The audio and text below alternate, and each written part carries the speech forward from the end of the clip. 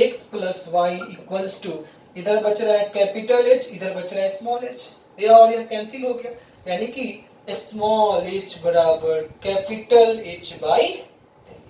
ये आपका क्या है, रिजल्ट है। यानी कि हमें क्या पता लग रहा है कि यदि देखिए यह दीवार है और यह क्या है, दर्पण है, और इसके बीच में कोई व्यक्ति है, वो चाहता है कि इस दीवार की पूरी इमेज या पूरी प्रतिबिंब दर्पण में देख पाए, तो इसके लिए कंडीशन क्या बनती है कि जो दर्पण की ऊंचाई होती है दीवार की ऊंचाई का 1/3 होना चाहिए, तीसरा भाग होना चाहिए। तो ये रिजल्ट हमेशा आप ध्यान ही रखें। पहला रिजल्ट तो वो था कि h/2 जब केवल हम अपना देखना चाहते हैं, यदि हम पीछे वाले का देखना चाहते हैं तो h/3 होना चाहिए, जहाँ h क्या है, पहले वाले में आदमी की ऊंचाई, अब क्या है, दीवार की ऊंचाई।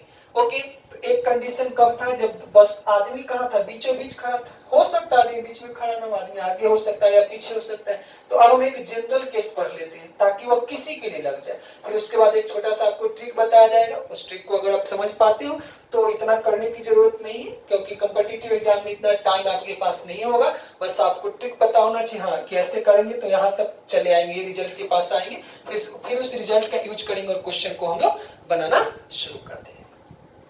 चलिए, सारे रिजल्ट आपको समझ आ गए होंगे। अब चलते हैं कि एक जनरल केस लेते हैं कि आदमी बीच में नहीं खड़ा हो, यानी दीवार और दर्पण के बीच में ना खड़ा हो करके वह कहीं और खड़ा है, तब हम क्या करेंगे, तब दर्पण की ऊंचाई और दीवार की ऊंचाई में क्या रिश्ता होना चाहिए, क्या रिलेशन होना चाहिए, ताकि हम दीवार को कंप्लीटली पूरी तरह से देख पाए। तो चलिए एक जनरल बनाते हैं। मानते हैं कि यहाँ फिर से क्या है, दर्पण है, और यहाँ क्या है, दीवार है, और यहाँ पर एक पर्सन है। इस बार देखिए यहां से वो खड़ा है a दूरी पर और यहां से खड़ा है b दूरी पर, मतलब बीचों बीच नहीं है। पहले वाले केस में क्या था, a बराबर b था, दोनों एकदम बीच में खड़ा था, अब बीच में खड़ा नहीं है। तो अब देखिए फिर से वही कंडीशन बनाने का मेथड, सबसे पहले इसका प्रतिबिंब बना लीजिए। पुनः प्रतिबिंब बना करके किसको देखना शुरू कीजिए, ऑब्जर्वर को कहिए कि देखो, जिस तरह से देखेगी उससे लाइन बनाइए। लाइन बनाने के बाद रे डायग्राम बनाइए, उसके बाद दो त्रिभुज बनेगी, दोनों को क्या करेंगे, समरूप करेंगे, पुनः भुजाओं का अनुपात निकालेंगे, वहां से आपका आंसर चला आएगा। अब देखिए सबसे पहले वस्तु की दूरी दर्पण से कितना है, a प्लस बी, तो प्रतिबिंब कितनी दूरी पे बनेगी, a प्लस बी। अब देखिए a प्लस बी, तो यहाँ से सबसे पहले लाइट भेजेंगे, क्योंकि यह लाइट लंबवत है, मतलब इसी लाइन पे प्रतिबिंब बनेगी। उसी तरह से यहाँ आएंगे, यहाँ से भी लाइन भेजेंगे, यह लाइन लंबवत है, इसका मतलब इसी लाइन पे प्रतिबिंब बनेगी। यहाँ चलिए अब क्या करोगे, इसको मैच कर देंगे, this is a dash and this is your b dash. यह दूरी कितनी है टोटल, तो टोटल दूरी होगी a प्लस b। कोई दिक्कत। अब इसका प्रतिबिंब बन चुका है, अब देखेगा कौन, ऑब्जर्वर, देखने वाला। तो देखने वाला तो देखिए कैसे इसको मैच करोगे ताकि ये मैच हो जाए, तो यहां से इस तरह से कर सकते हैं क्या,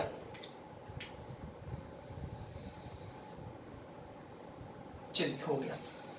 अब देखिए चूंकि यह दर्पण के पीछे का भाग है और इसके ऊपर लाइट आ रही है, तो ये लाइट रियल में कहां से रही होगी, तो यह हो गई आपकी आपतित किरण और यह हो गई परावर्तित किरण। उसी तरह से आदमी किसको देखेगा, ये जो दीवार है उसके नीचे वाले बिंदु को, तो नीचे वाले बिंदु को देखने के लिए कुछ इस तरह से हो जाएंगे फिगर।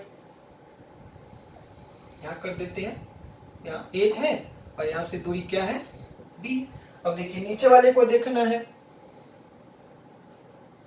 देखिए यानी कि यहाँ से भी प्रकाश आ रही है प्रवर्तन होने के बाद और इसके आई पे जा रही है, यानी कि यह आदमी बिंदु बी को भी देख, बी डैश को देख लिया और ए डैश को, मतलब दीवार को पूरी तरह से देख लिया। यह प्रकाश आ कहां से रही होगी, तो यहाँ से आपतित किरण गई होगी और यहाँ से प्रवर्तन होने के बाद कहाँ चली गई, आई पे, यानी कि हमारा डायग्राम बन चुका है। अब कुछ नहीं करेंगे, यहाँ से एक लाइन ड्रॉ करेंगे, ए है ए डैश, ए है बी डैश, बीच वाले का नाम सी दे देते हैं। फिर से ट्रायंगल बनाएंगे, तो इसका नाम दे देते हैं P, बीच वाले का Q, नीचे वाले का R और इसको S। अब फिर से वही काम, बड़े वाले ट्रायंगल, पुनः नीचे वाले बड़े वाले ट्रायंगल, दोनों में रिलेशन लाएंगे। अब चलते हैं जरा सा देखते हैं, A वाला डिस्टेंस कितना है A, तो A वाला भी डिस्टेंस कितना हो जाएगा, A है, A वाला भी डिस्टेंस कितना है, A हो जाएगा। अब देखिए A वाला A प्लस B, तो A वाला भी डिस्टेंस कितना हो जाएगा, A प्लस B। कोई दिक्कत। आपको क्या करना है, अपन खुद से फिगर बनाओगे तभी आपको दिक्कत नहीं होगी। बस हम क्या कर रहे हैं कि a प्लस बी, तो यहाँ भी a प्लस, यहाँ ए है तो ए वाली भी डिस्टेंस कितनी हो जाएगी ए। अब हम फिर से करेंगे, सबसे पहले बड़े वाले ट्रायंगल ऊपर वाले में चलेंगे। तो ऊपर वाले ट्रायंगल का नाम देखिए, कुछ ए है, ए डैश सी और एस, ए डैश सी और एस, और बीच में क्या है पी क्यू। पी क्यू को हम बोल देते हैं इस वाले को एक्स और इस वाले हाइट को वाई, इसको एक्स बोल दीजिए। अब देखिए तो एस से क्यू के बीच की दूरी कितना है ए, क्यू से सी के बीच की दूरी कितना है ए प्लस बी। ओके, और फिर से आपको पता है कि ये छोटी वाली ट्रायंगल और ये बड़ी वाली ट्रायंगल समरूप होगी। जब समरूप होती है तो भुजाओं का अनुपात आपस में बराबर होता है। तो x बटा यह यानी x बटा a डैश c बराबर यह छोटी वाली दूरी और बड़ी वाली दूरी, छोटी वाली दूरी है a और बड़ी वाली दूरी a plus 2a, a plus sorry छोटी वाली दूरी है a और बड़ी वाली दूरी s से लेकर के q। तो देखिए a यहाँ और a प्लस b यहाँ, यानी कि कितना हो जाएगा a प्लस b। कोई दिक्कत? यहाँ से क्या रिजल्ट आने वाला है, हमको चाहिए a डैश c, तो इसको इधर भेजेंगे, इसको इधर भेजेंगे, वो नीचे आएगी तो x बटा a, देखिए x बटा a ऊपर गया तो बचा क्या 2a प्लस b, यानी हमको क्या मिल चुका है a डैश c मिल चुका है। a डैश c का वैल्यू देखिए x by a into 2a plus b। उसी तरह से अब क्या करेंगे, एक बार नीचे वाले ट्रायंगल में चलेंगे। तो चलिए नीचे वाले ट्रायंगल को बना लेते हैं। यह सी बी डैश और यहाँ पर एक लाइन ड्रॉ किया गया, इसका वैल्यू है y और इसको बोले क्यू आर और ये क्या था s। कोई दिक्कत? यह देखिए q से s के बीच की दूरी, q से s के बीच की दूरी है s, यह है q के बीच की दूरी है d। कोई दिक्कत? यहाँ से यहाँ के बीच की दूरी सॉरी d नहीं a बोलेंगे ना, a बोला गया। दूरी कितना है a, और q से c के बीच की दूरी कितना है तो a प्लस b, तो यहाँ रख देंगे a प्लस b। कोई दिक्कत? यानी यह दूरी मालूम, यह दूरी मालूम, यह दूरी मालूम, यह निकालना है। तो देखिए दोनों त्रिभुज फिर से समरूप होंगे क्योंकि एंगल बराबर 90 डिग्री बराबर, तीसरा कोण भी आपस में बराबर हो जाएगा। इसका मतलब भुजाओं का अनुपात आपस में बराबर होगा। तो यहाँ का भुजा है y, तो इसके सामने का क्या है सी डी डैश बराबर ये छोटे वाले का देखिए a, तो बड़े वाले का यही लाइन पे कितना है a प्लस b, तो ऊपर हो जाएगा a, नीचे a प्लस b, और यहाँ से आपको चाहिए क्या, तो यहाँ से चाहिए सी बी डैश उधर भेजेंगे, a को नीचे भेजेंगे, इसको इधर भेजेंगे, तो y by A into 2a plus b। ये आपका रिजल्ट निकल के आया किसका, सी बी डैश मालूम, ए सी डैश मालूम। यानी कि अब हम लास्ट में क्या करेंगे कि दोनों को ऐड करेंगे।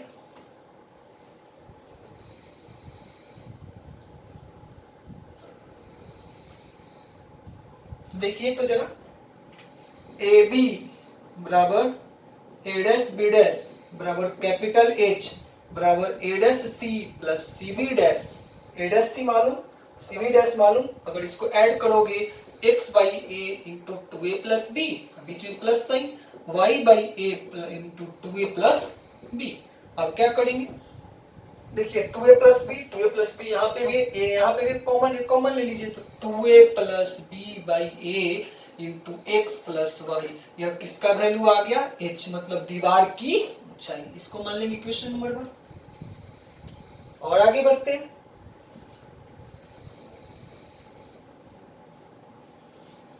आपने क्या माना था, p q plus q r that is equals to p r, और इसी को तो स्मॉल एच बोले थे, दर्पण की ऊंचाई। और दर्पण की ऊंचाई की जगह x प्लस वाई है, फिगर में देखिएगा। इसको मान लीजिए क्वेश्चन नंबर 2 और 1/2 कर दीजिए। 1 डिवाइड 2 करोगे तो देखो यहाँ h है, यहाँ स्मॉल h है, तो कैपिटल H बटा स्मॉल h। यहाँ देखिए क्या है 2a प्लस बी, यहाँ x प्लस वाई, तो क्या लिखोगे 2a प्लस बी बाई ए, ऊपर बच रहा है x प्लस वाई और इसके नीचे वाले का x प्लस वाई, ये कैंसिल हो गया। या क्या बच रहा है लास्ट में result 2a plus B by, किसमें रिलेशन है कैपिटल H बटा स्मॉल h। तो क्या हम स्मॉल h बराबर कैपिटल H इंटू ए, या ऐसा करो कैपिटल H को एक तरफ रखते हैं, कैपिटल H बराबर स्मॉल h को उधर भेजेंगे into 2a plus B by A. यही क्या है फाइनल आपका रिजल्ट है। This is your final result. वहां पर क्या आया था h बराबर कैपिटल स्मॉल h गुने 3 आया था, देख सकते हो वहां पे आया था h बराबर कैपिटल H बाई 3, तो यहाँ पे आएगा कैपिटल H बराबर h into 2a plus B by A. अब कंडीशन देखिए वहां पर क्या था, रिजल्ट को चेक करते हैं कि क्या सही है कि नहीं।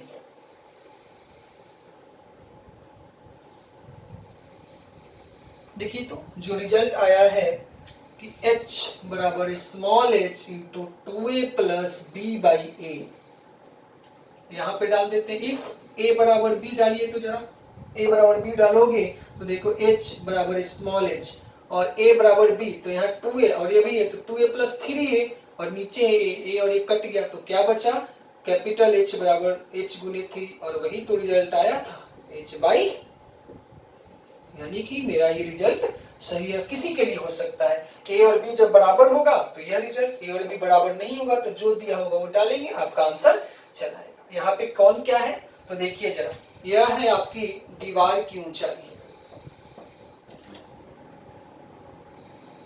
ओके, यह क्या है,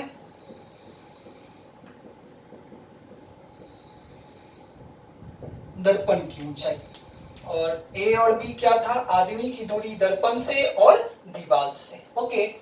तो आपको ये सारा रिजल्ट समझ आ गया होगा। फाइनली आपको अब एक छोटा सा ट्रिक बताते हैं ताकि इस टाइप के कोई भी क्वेश्चन आएंगे आप डायरेक्ट उसे बना सकते हो, डायरेक्ट रिलेशन ला सकते हो। चलिए तो ये हम मिटाते हैं।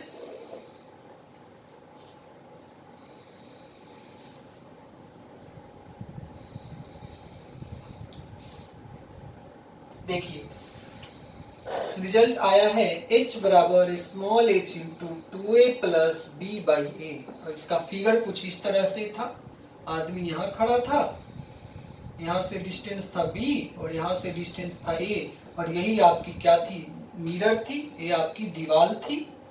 मानते हैं कि यह दर्पण है जिसकी ऊंचाई आपने माना है स्मॉल h, और देखिए इसका प्रतिबिंब कहाँ बना था, तो प्रतिबिंब इतनी ही दूरी पर बना था, प्रतिबिंब इतनी ही दूरी पर h हाइट का प्रतिबिंब बना, कैपिटल H हाइट का प्रतिबिंब बन चुका है।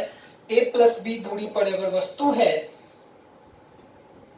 ए बी, तो इसका प्रतिबिंब बना है a डैश और b डैश कितनी दूरी पर, a प्लस b दूरी पर, सही है। यानी कि आदमी है दीवार के बीच में खड़ा a और b दूरी पर, इसका प्रतिबिंब देखिए ए बी का a डैश b डैश बन चुका है, समान ऊंचाई का बनेगा। और अगर यहाँ से वस्तु की दूरी दर्पण से कितना है a प्लस बी, तो प्रतिबिंब की दूरी भी कितनी होगी a प्लस बी, ओके। अब क्या करेंगे, अब देखिए एक शॉर्टकट बनाते हैं ताकि ये आंसर किसी भी क्वेश्चन का बना पाओ। ए क्या है, ए है आपकी दीवार की ऊंचाई, यानी कि दीवार की ऊंचाई आपको निकालनी हो, चाहे दीवार की ऊंचाई और वस्तु की ऊंचाई, दर्पण की ऊंचाई में रिलेशन लाना है तो एक तरफ लिखेंगे दीवार की ऊंचाई, देखिए एक तरफ क्या लिखेंगे और नीचे लिख देते इसे दीवार की ऊंचाई, दीवार की ऊंचाई और दर्पण की ऊंचाई में लाना है तो इधर दीवार की ऊंचाई लिखेंगे तो इसकी इधर लिखेंगे दर्पण की ऊंचाई, ओके। क्या इधर दीवार की ऊंचाई तो इधर क्या आ गया, दर्पण की ऊंचाई गुने, अब देखो दीवार को देखना है तो दीवार का प्रतिबिंब बनेगा, देखोगे कहां, दर्पण में, तो यहां से क्या लिखेंगे,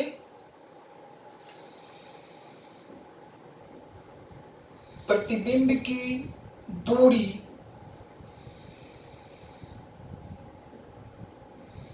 व्यक्ति से बटा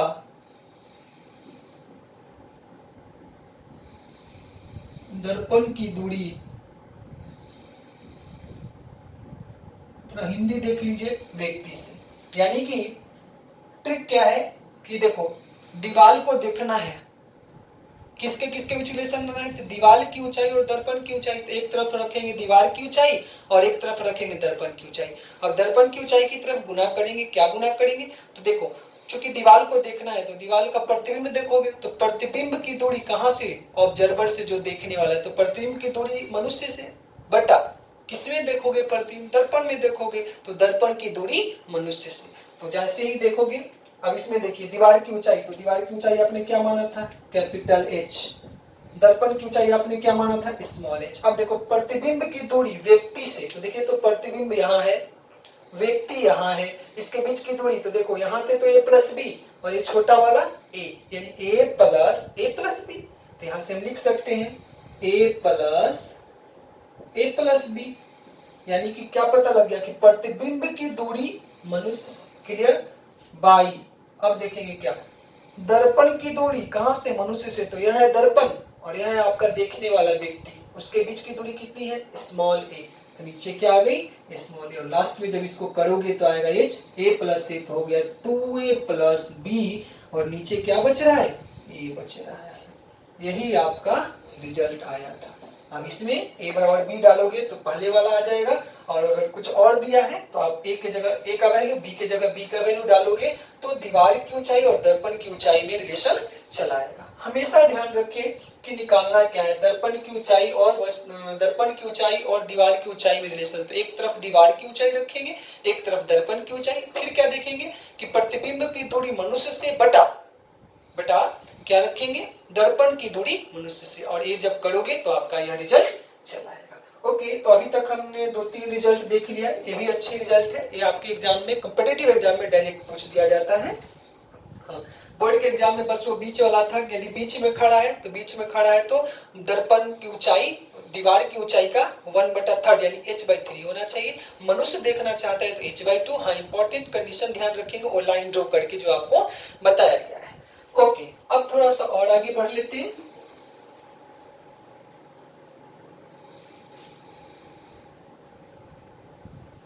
एक अच्छा सा कॉन्सेप्ट जानते हैं। देखिए, आपको जो भी थ्योरी पढ़ाई जा रही है, ये आपको एक बार पूरी फिजिक्स पूरे लाइट को पढ़ लो, उसके बाद आपको कहीं पे भटकने की जरूरत नहीं, क्योंकि मैं कोई भी पॉइंट, कोई भी कह सकता है, कोई भी टॉपिक छोड़ नहीं रहा हूँ। जो भी पढ़ा रहा हूँ पूरे अच्छे से, पूरे मन से, बस आपका काम है अच्छे से ऑनेस्टली पढ़ना। अगर आप ऑनेस्टली पढ़ोगे कहीं भटकने की जरूरत नहीं है, ठीक है। अच्छा, एक चीज और, हमेशा पेन पेपर के साथ बैठे और प्रैक्टिस करते रहे। अदरवाइज देखिए, सारी जो थ्योरी समझने में बहुत टाइम लगती है, बहुत मुश्किल है। या तो लोग छोड़ ही देंगे आपका, आप आसान पढ़ के बोर्ड निकालने नहीं है, बोर्ड तो कभी भी निकल जाएगा। कुछ अच्छा करने में, अच्छा करने के लिए अच्छा पढ़ना ही पड़ेगा। चलिए, अब एक नेक्स्ट टॉपिक पढ़ लेते हैं, जिसका नाम है फील्ड ऑफ व्यू, यानी कि इसको बोलेंगे कि कितने क्षेत्र में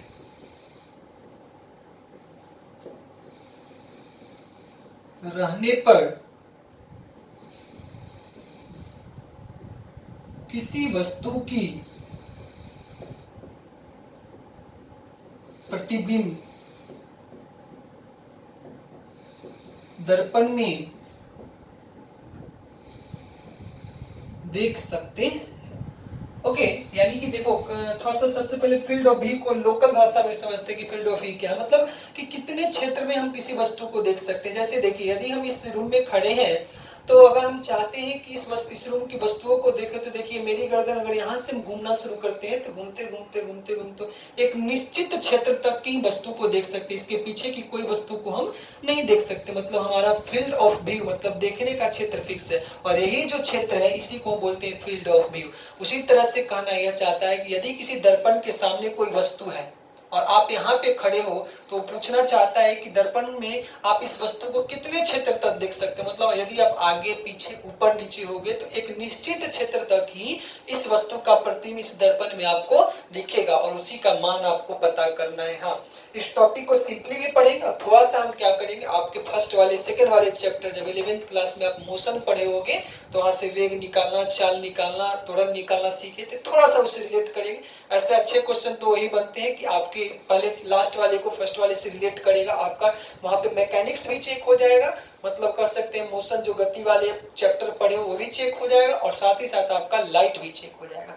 ओके, तो ठीक है, क्लास लंबी ना हो, और देखिए आपको छोटी छोटी क्लासेस दी जा रही है। बस आप लोग ऐसा करो कि अगर आपको अच्छा लग, देखो हमारे ये इंपॉर्टेंट नहीं है कि आप करके बस रेगुलर पढ़ो, मुझे आप मोटिवेट करने के चक्कर में ना रहो, बस आप खुद पढ़ो, अच्छा करो, क्योंकि मुझे पता है मैं क्या पढ़ा रहा हूँ। बस हाँ, एक चीज है कि अगर आपको अच्छा लगता है तो आप लाइक करो और लोगों को बताओ कि इसके बारे में, ताकि सभी लोग इसका फायदा ले सकें। ओके, तो ठीक है, नेक्स्ट क्लासेस में हम आपसे फिर मिलेंगे और इसी वाले टॉपिक से फिर से डिस्कशन करेंगे। और फिर देखिए, इसके बाद हमको क्या पढ़ना है कि किसी भी प्रतिबिंब का वेग देखिए प्रतिबिंब का वेग निकालो यदि हमारी वस्तु मूव करती हो आगे पीछे ऊपर नीचे। फिर पढ़ेंगे कि यदि दर्पण मूव करने लगे तब प्रतिबिंब की क्या चाल होगी। ये टॉपिक जब पढ़ लेंगे तब पुनः समतल दर्पण में एक लास्ट टॉपिक पढ़ना है कि दो दर्पण के बीच यदि वस्तु को रख दिया जाए तो कितना प्रतिबिंब बनेगा। ये दोनों टॉपिक जैसे ही फिनिश हो जाएगी तो समतल दर्पण पूरी तरह से खत्म हो जाएगा। और समतल अब फिर हम क्या करेंगे, बहुत सारे छोटे छोटे अच्छे टाइप ऑफ प्रॉब्लम कर लेंगे ताकि आपको कहीं दिक्कत ना हो, ताकि समतल दर्पण का कोई प्रॉब्लम आपको यहाँ न लगे। देखो क्वेश्चन आते वक्त बस ये नहीं लगना चाहिए कि हमसे बन नहीं सकता, वो तो बनना आंसर लाना तो आपके कैलकुलेशन पे डिपेंड करता है कि आपने साइंस सही दिया था कि नहीं, न्यूमेरिकल को अच्छे से सोल्व किया कि नहीं, घटाओ गुना भाग आता है कि नहीं। बट मेरा काम है कॉन्सेप्ट सिखाना, आपका काम है प्रैक्टिस करना। जहाँ पे दिक्कत हो रही उसे सोल्व करो और आप लोग हमें कमेंट करके बताओ, चाहे आपका जो और भी सोर्स दिया गया आपको उससे आप हमें बता सकते हो धीरे धीरे करके। और देखिए अभी तो क्लासेस शुरू हुई, हम भी ऑनलाइन क्लासेस में थोड़ा अभी कंफर्टेबल धीरे धीरे होते जा रहे हैं, फिर और मजा आएगा हम दोनों को। बस आप कंटिन्यूअसली पढ़ें और अपना ख्याल रखें। चलिए ओके, थैंक यू।